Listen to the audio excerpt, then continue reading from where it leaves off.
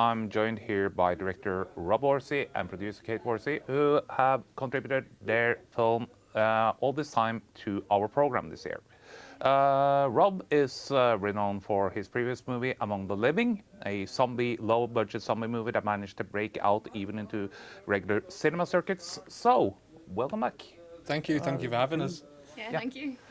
So, now Among the Living was about zombies. Now we're into vampires. So, why the change of the undead? We're not cycling through the list. it just happened that way. Yep. I think in the planning we always start with the human stories that we want to tell, and then the kind of the creatures, I guess, come secondary. So with Among the Living, we wanted to tell a story about survivors and trusting other humans, and it felt like the best backdrop to do that on was a zombie apocalypse, basically. So you could elevate the stakes to the point where people would kill each other for survival. Whereas this one, we wanted to create a film about time, and it's hard to say without giving stuff away, but where we play with time, and we wanted to be able to do. It's really hard. I don't want to give anything away. Without spoilers. It ended up we needed vampires in it, basically. Yeah, you need a vampire. This film does remind me a bit about the 60s and 70s productions of the big three British horror film studios, Hammer, Amicus, and Tigan.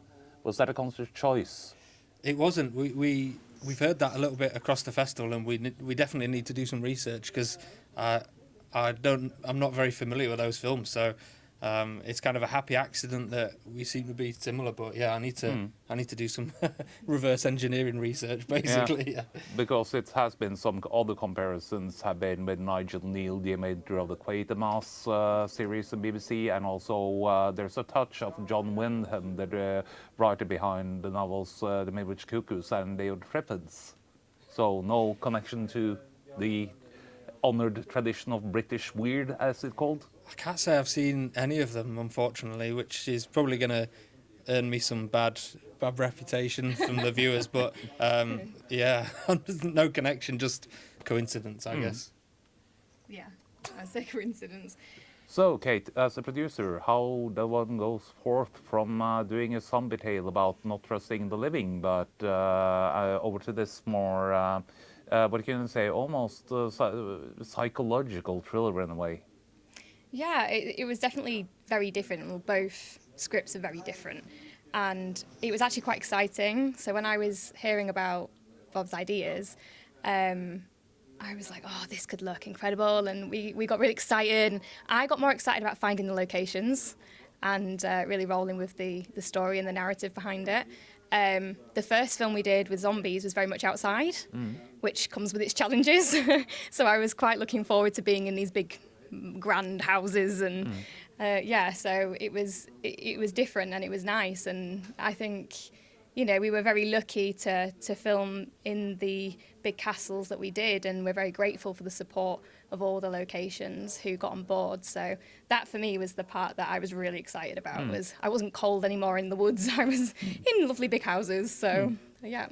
Because there is this cliche about British cinema that is not the British film without an old manor. Yeah. So how did you proceed with finding a manor? Because there's a lot of them, but a lot of them is also in private ownership and can be quite a bit difficult dealing with getting the permits and everything. Do you run into any problems securing a location? We were the big exterior castle was called Allerton Castle, and I found that location quite early on while you were still writing the script. And I was quite nervous about approaching them because the castle itself was privately owned but in trust. So they have a lot of like weddings and a lot of events there. And they just had a big Hollywood production in there. Oh, it was Bollywood, not Hollywood, Bollywood production. So I was like, oh, here we go. There's me going in asking and essentially pulling favours because we couldn't compete with the Bollywood budget. So yeah, I was quite nervous, but we went down, met them, and they were so supportive and on board with the idea of it being an independent feature. How did you approach casting? Is a question for both of you.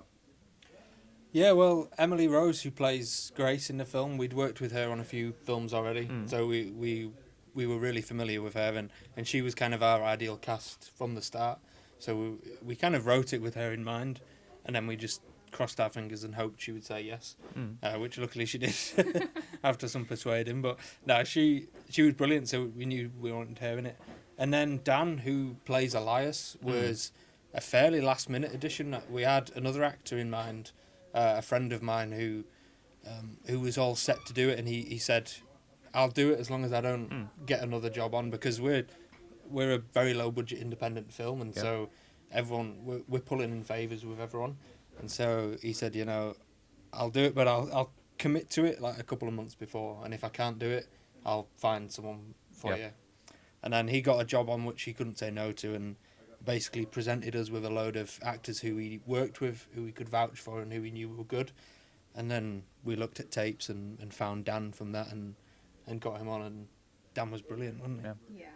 No, because he's a good vampire. He has this classic British handsomeness to him, which is pretty much peak vampire. He'll like that. Yeah. He's that.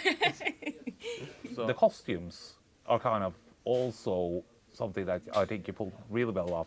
How did you do it on such a low budget? I know you had it was tight. I mean, pulling in a lot of favours for sure. Like, a lot of the crew that we've worked with are people we've been working with for the last few years on short films and feature films, who do it for the passion and do it because they want to be there, and that helps a lot. And then pulling in favours from people and from locations, a lot of the places we shot we were local to, and that helps because being local filmmakers, they tend to want to help you. I mean, costumes, I guess it was a mix of hiring and then buying some? Yeah, there was a mixture. I remember one particular day, Elise, our production designer who sorted the costumes, she said, Kate, come with me. I was like, come with me to York Playhouse and their costume warehouse. Oh my goodness me. It was just rows and rows and rows of some amazing costumes that we had access to. So there was a mixture of hiring and purchasing, just kind of tweaking that look and having meetings about how we wanted these characters to really look. And we were quite lucky that in some instances there was a costume there. So Dan, who plays Elias, his costume came from the Playhouse. But for Grace's costume, we actually had to have 6 dresses of the same dress. I don't want to do any spoilers, but just working outside and in the woods and everything. So we had to make sure we had backup, so we couldn't just have one costume for her. So it was a mixture. Yep. A lot of these types of stories can be ruined if you're not very careful with the editing. How did you approach that part of post-production?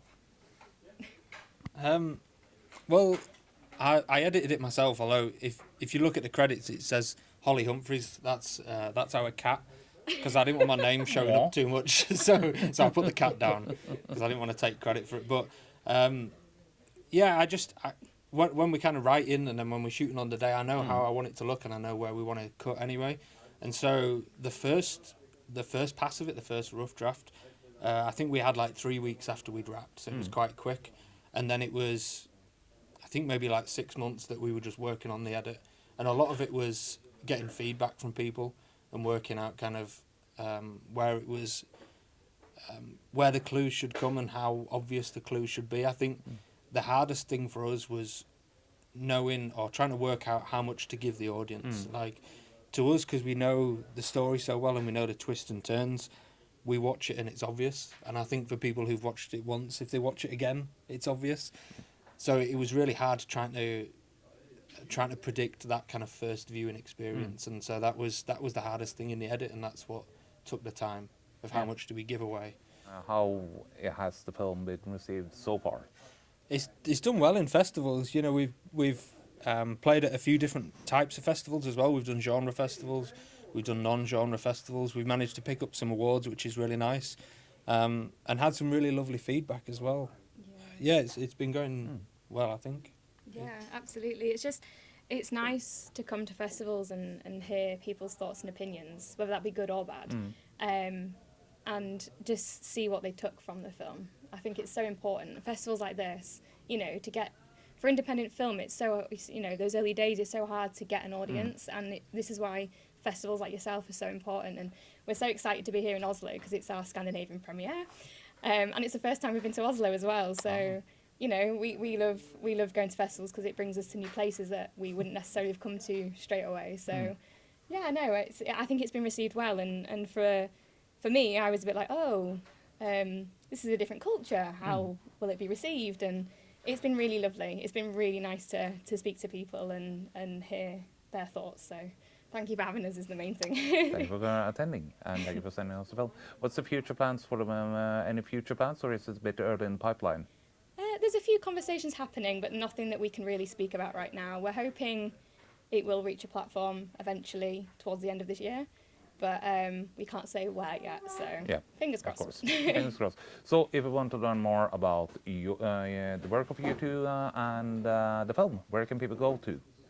So we post a lot on Instagram, so Rob Worsey Film or Relic Films. We're always posting if we're out at festivals or if there's any news. So, Rob and Kate, we wish you the best of luck with the movie and your future projects, and we hope to see you in future editions of Ravenheart.